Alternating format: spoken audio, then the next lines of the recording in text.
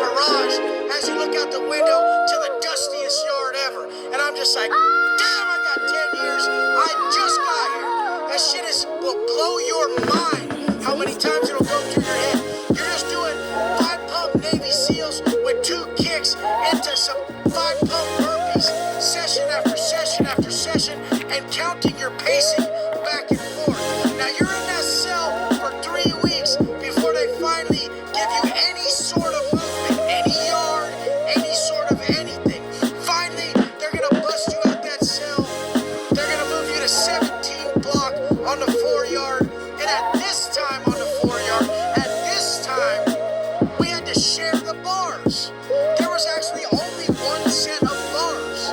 So the whites and the homies are coming up from the left-hand side. The blacks and the others are coming up from the right-hand side. And we're having to go one by one by one. People don't understand. Everything ain't the same at every pen all the time.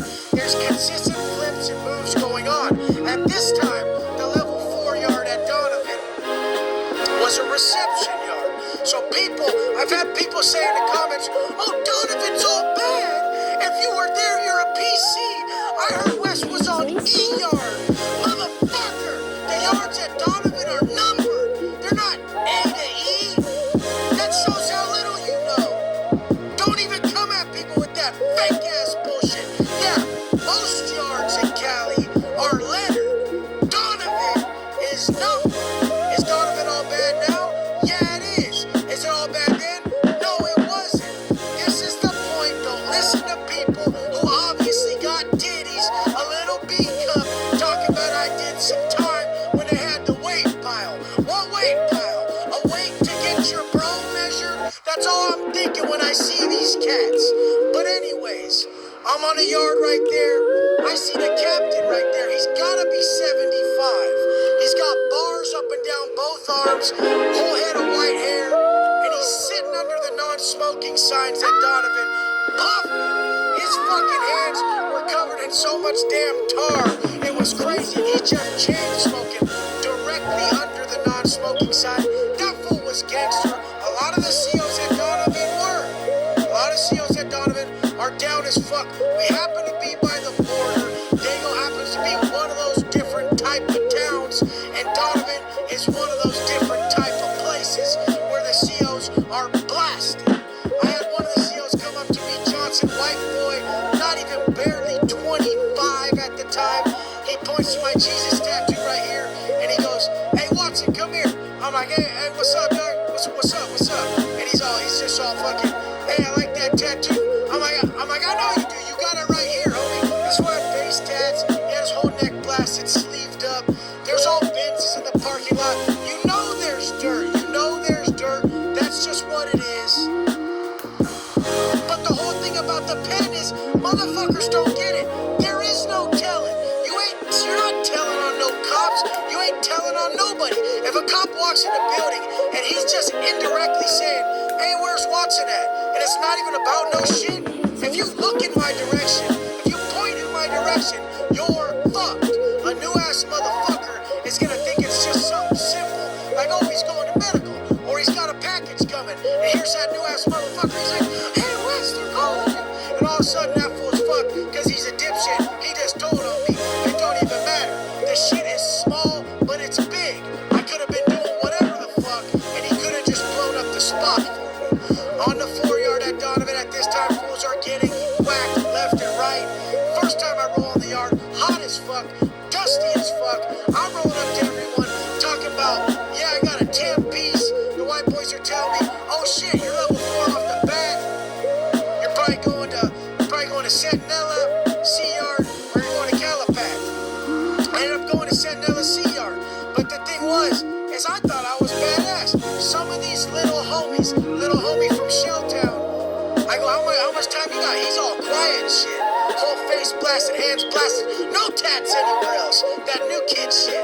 But anyways, this motherfucker said he had a $116. He had 116 years. You wanna go gunplay? You wanna go take those penitentiary chances? You wanna go put that strap on motherfuckers? Just know, you're gonna be in the back crying. You know that for shed mad tears. Smile now, cry fucking later. I'm here to tell you guys to do opposite. I'm here to show that even if you fucked up, you can get out and make something of yourself. This was my whole point. Is that from no matter where you're at, if you're fat, you can get ripped. If you're broke, you can get rich. Whatever you want to do, you can do just from your principles. You know your principles are flawed when your fucking conscience is consistently telling you to change shit.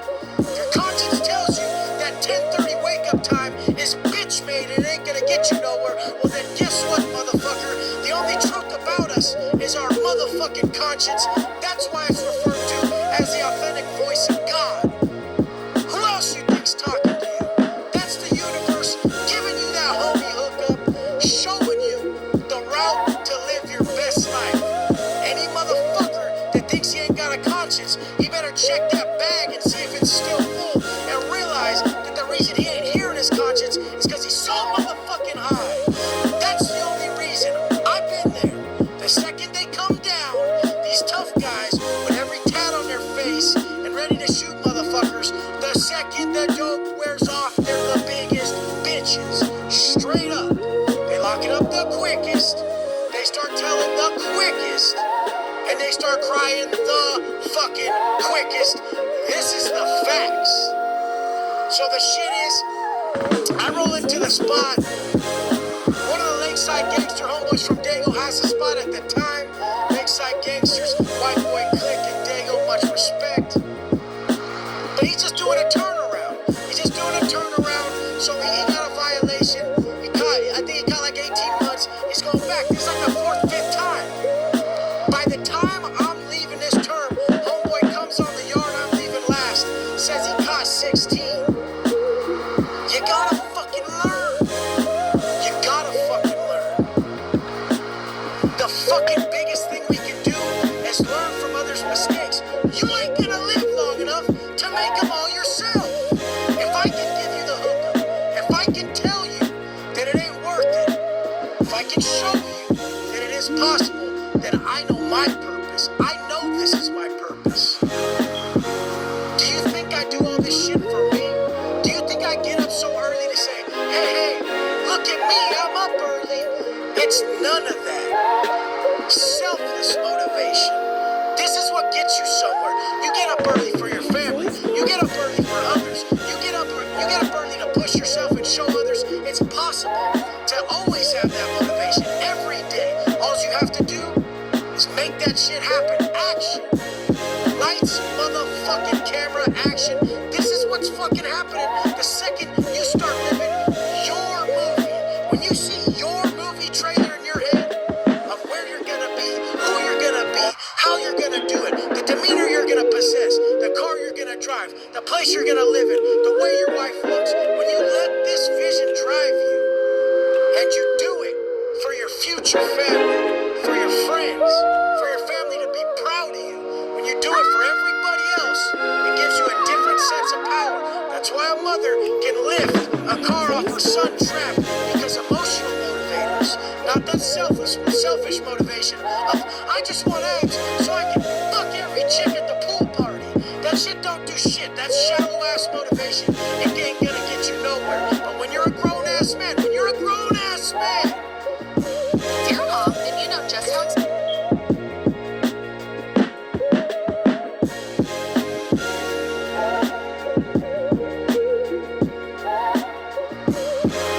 you go, I'm doing this for you, Mom.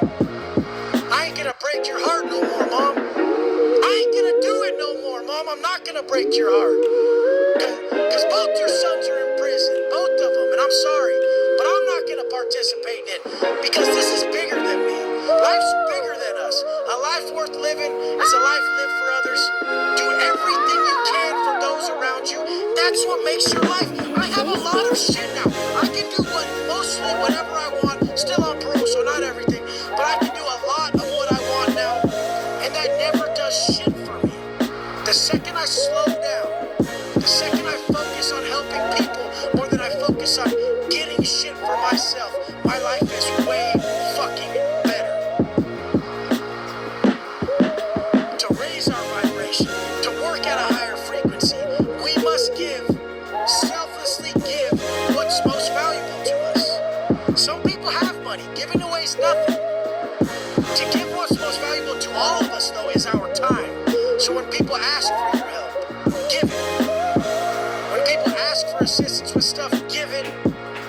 Just watch how much better it makes your life. We all have to focus on this to be better. I've tried the other shit, it doesn't fucking work. You're always left empty.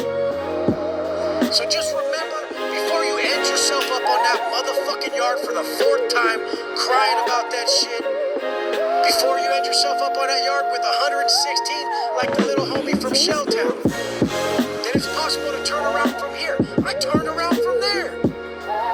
My PO asked me today a bunch of questions to get me off parole. And I hope it works. I hope it does. It's coming to the end of me finally not being a ward of the state, not owing the state, not being state property. It's finally about to end. And the thing is this is how we make ourselves proud. This is how we make our life worth living. Is that pride we take in doing what's hard for us. If quitting dope's hard for you, that's what you must do. If quitting selling dope's hard for you, that's what you must do. If being kinder and not being violent is hard for you, that's what you must do. How are you supposed to level up if you only do what's easy for you? If you only placate your strengths? There is no level up. There is no growth. And the only thing that makes us proud of ourselves in this life is progress. It can be mental progress, it can be physical progress, it can be spiritual progress, but progress is the only thing that makes us